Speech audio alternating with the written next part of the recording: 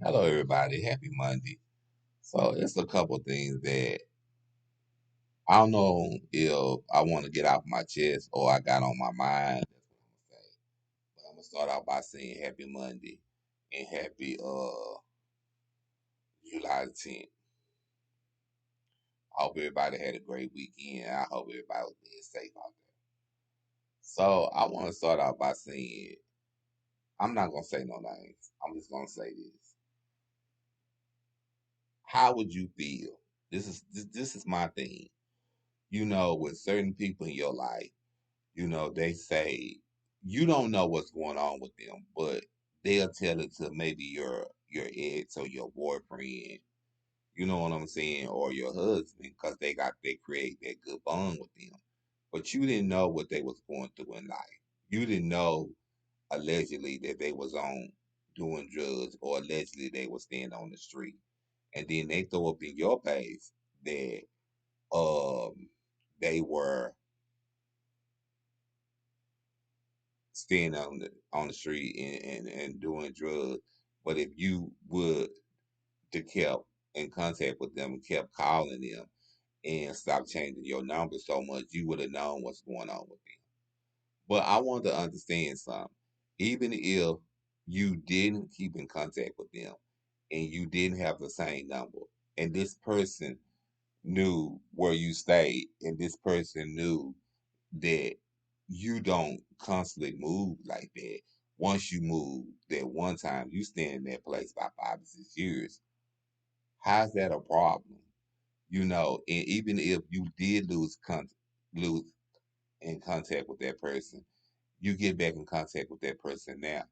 Why is it that they can't tell you what happened to them that way when you wasn't around? Why is it that they got to go back and tell your ex or your boyfriend and you hear it from them, not knowing that this is what happened, but you still waiting on this person to tell you?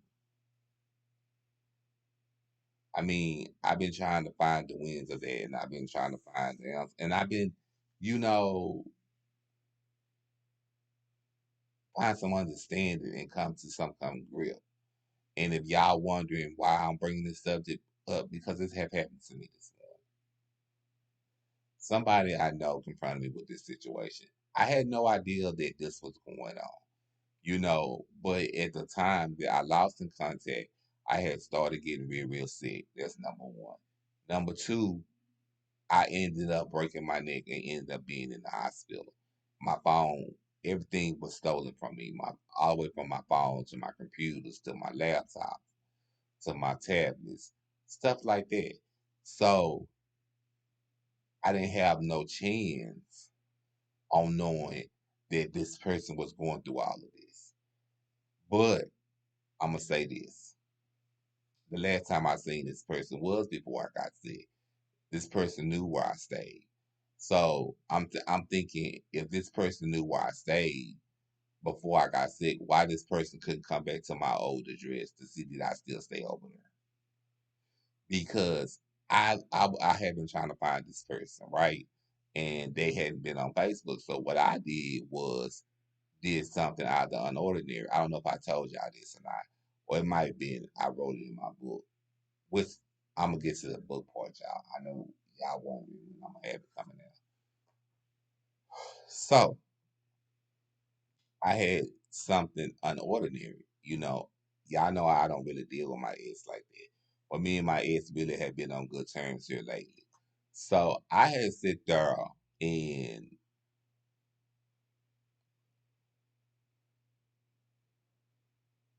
have my ex go where they used to stay and see that they could they find them. And my ex said they wasn't over there anymore. And so my ex said that the house wasn't over there. So my ex was at a food pantry one day and then he seen them walk to the food pantry. He seen this person and the person child walked through the food pantry. And that's when he found out their house got burned up. He got their number where he can call them and where I can call them. So I was under in upon that everything that happened. I had known somewhat what had happened, and there I can't tell y'all what had happened to them. I can't do that. That'd be unordinary. I can only tell you the things that I'm going through with this person now, and how it have really affected me in some kind of ways, and how it has really, really made me angry, because it had made me so angry today the way that he had said the subject. I didn't get a chance to talk because it was almost like this person was talking over me as I was trying to talk. And as I was trying to talk, y'all know I get very emotional and I get very angry when somebody tried to tell me what I didn't do or what I did do. So to make a long story short, I sit there and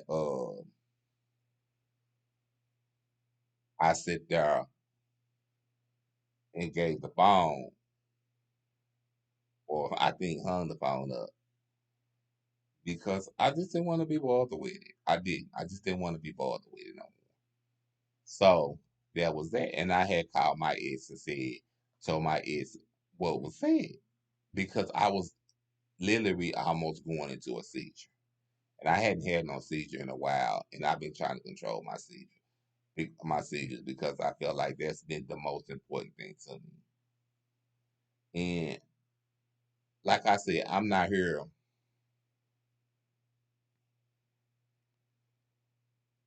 to bash anybody.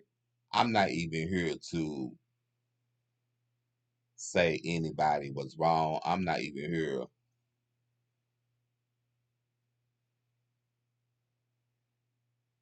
to say anybody was right. But what I am going to say is that you can't blame certain people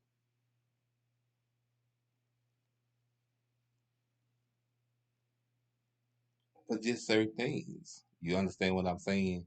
You know, everybody have a life. Everybody go through things. And unfortunately, them things take a turn for the worse. What you do is you take away from what you went through with them things and learn from them. You learn how you say, prior them to what you going through, and prior them to the life that you trying to live, or the life you going to live in the near future. I kind of don't feel like people understand what you go through, and I finally feel like people don't understand that it's hard being you. Okay. And I've been dealing with HIV since I was 16. I've been dealing with seizures since I was 12. I've been gay ever since I was 16, or probably earlier than that, I'm gonna say. So it's not it even it's not I'm gonna say it ain't even has been a long, or a lot, it hasn't been a short, easy ride for me. It's been a long, hard ride for me.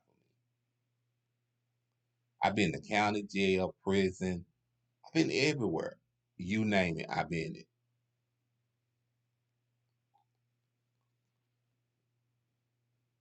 What I'm trying to do now is get my life back on the right track.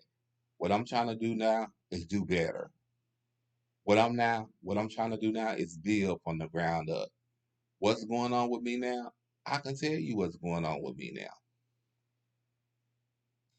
What's going on with me now is that I'm paralyzed. I can't get out of bed. I can't move. So now I have to do something that I've never done before. And that's sit in bed, that's sit in bed and wait till people do stuff for me. And it's not easy, because it's like I have to depend on these people to do stuff for me. And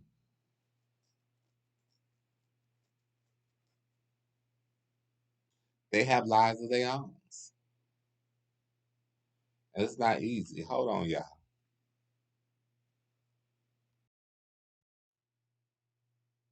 So y'all want to talk about something. I'm moving right along about that.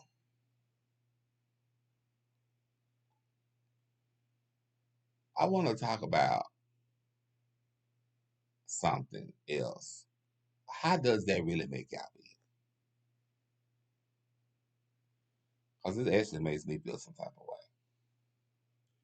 But yeah, I'm gonna talk about something else too. But I'm gonna do another video, and I'm gonna talk about it. It's gonna be on tomorrow's video, and I think y'all gonna love this one. So I love y'all, and y'all be safe.